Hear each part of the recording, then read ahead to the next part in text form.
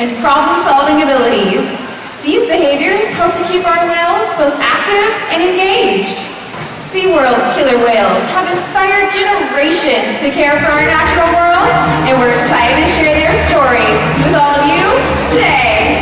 Killer whales are the ocean's top predator. They use cooperation and communication, not just size and strength, to take their place at the top of the ocean's web. At the bottom are small animals, like krill. At the top, the apex predator, the killer whale.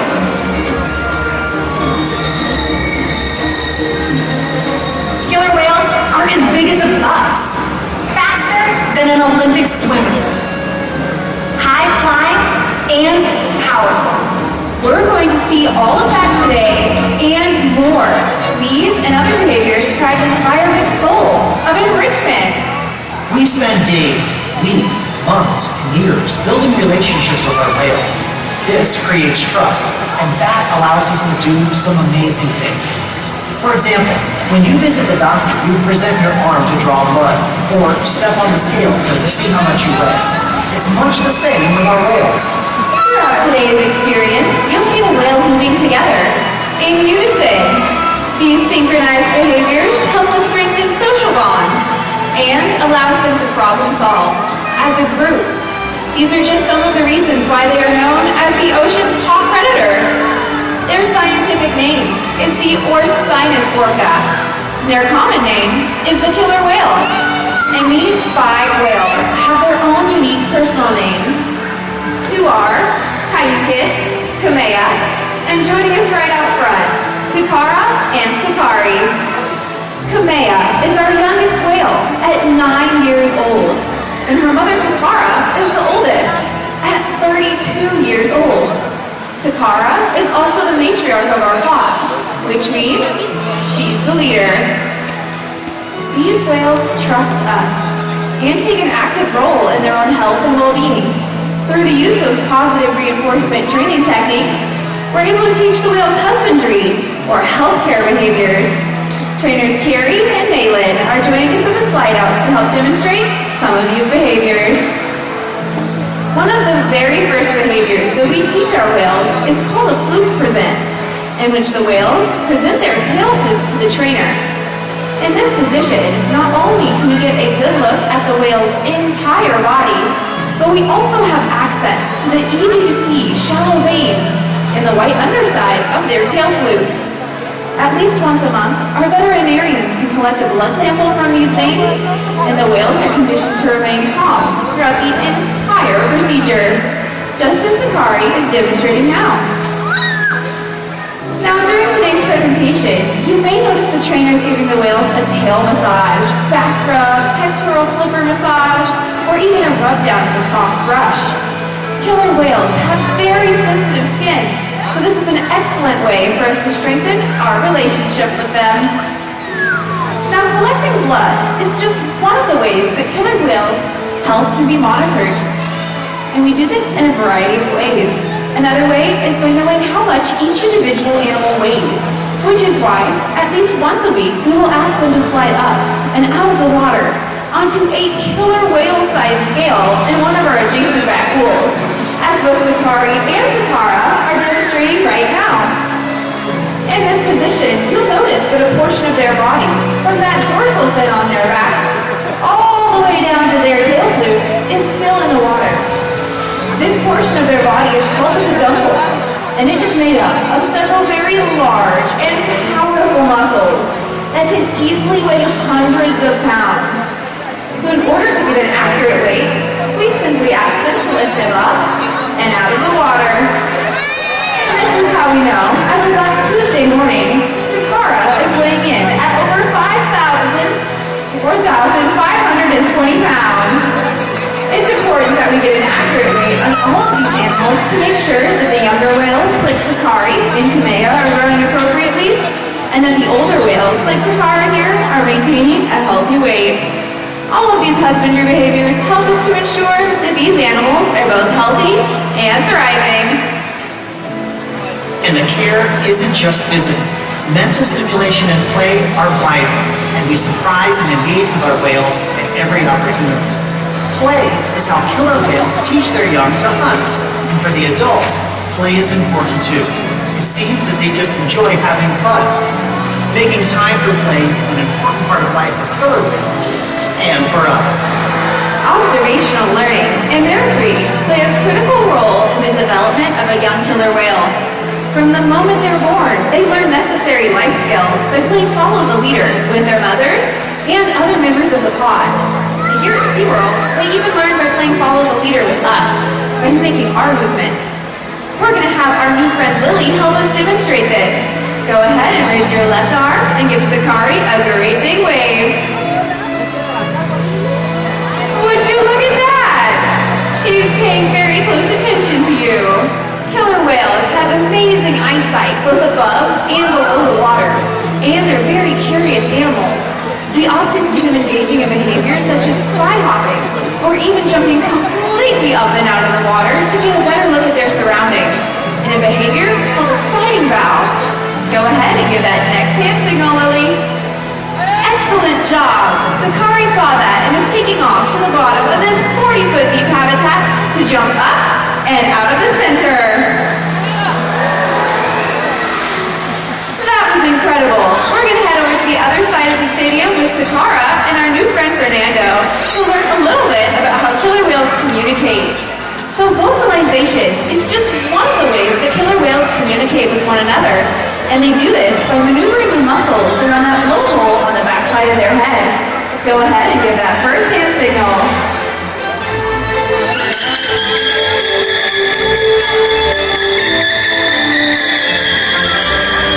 That sounded great! Did you know that scientists believe that when a killer whale jumps out of the water to come crashing back down, that they may be making their presence known?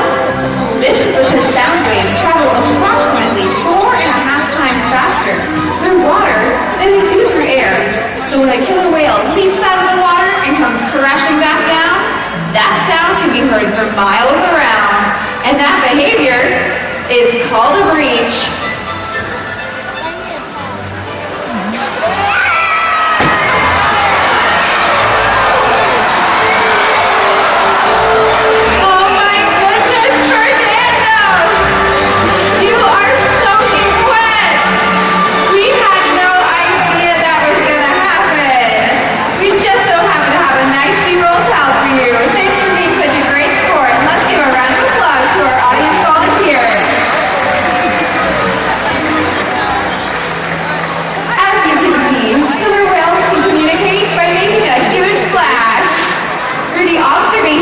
And research of the killer whales in our care, we've been able to uncover many mysteries about these incredible animals. For example, we know that the gestation period for a pregnant killer whale is 17 months. That kind of information is impossible to obtain in the wild. However, some information can only be gained through field observation, which is why SeaWorld works with our partners, such as the Norwegian Orca Survey, to help further our knowledge. Killer whales are remarkable, powerful animals, and perhaps the best expression of that power is when they hunt. Killer whales stand apart. They have no natural predators, and just about any other ocean animal could be their dinner. Depending on where they live and their chosen prey, they've developed some epic hunting techniques. Off the coast of South America, killer whales will beach themselves, riding in on waves just long enough to catch prey. They'll also create waves that knock animals like penguins or seals from ice cliffs. Most importantly, they cooperate, communicate, and coordinate as a team. Here's footage of killer whales corralling a school of herring. A whale dips in and feeds, while the other whales keep the fish together with swipes of their tail fins. In the ocean, killer whales create waves to hunt, use fluke slams to stun their prey, and will even beach themselves up and out of the water. For these whales, it's a fun demonstration, but for you, it's time to get wet!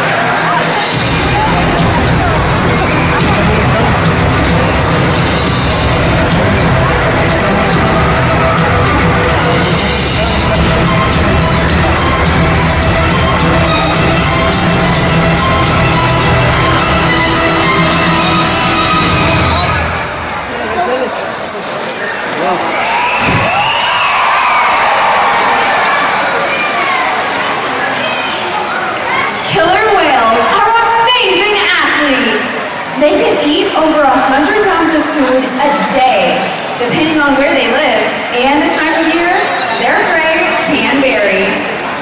Unfortunately, things like pollution and overfishing pose serious threats to many populations of killer whales.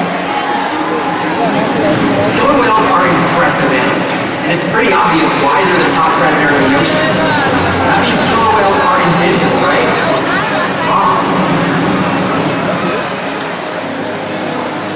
Killer whales depend on a plentiful food source and a clean environment. They're completely dominant, yet completely dependent. When it comes down to it, killer whales are not the most powerful animal in the ocean.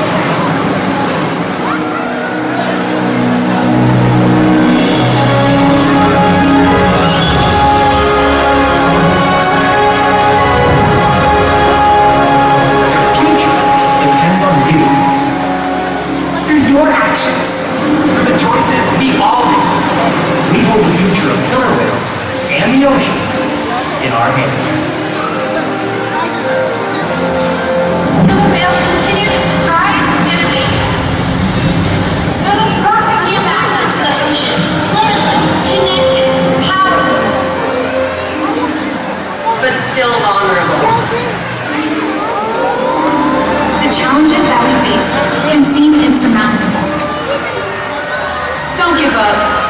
Be inspired. We can make a difference. The ocean needs our help, and that seems overwhelming, but together we can make it happen.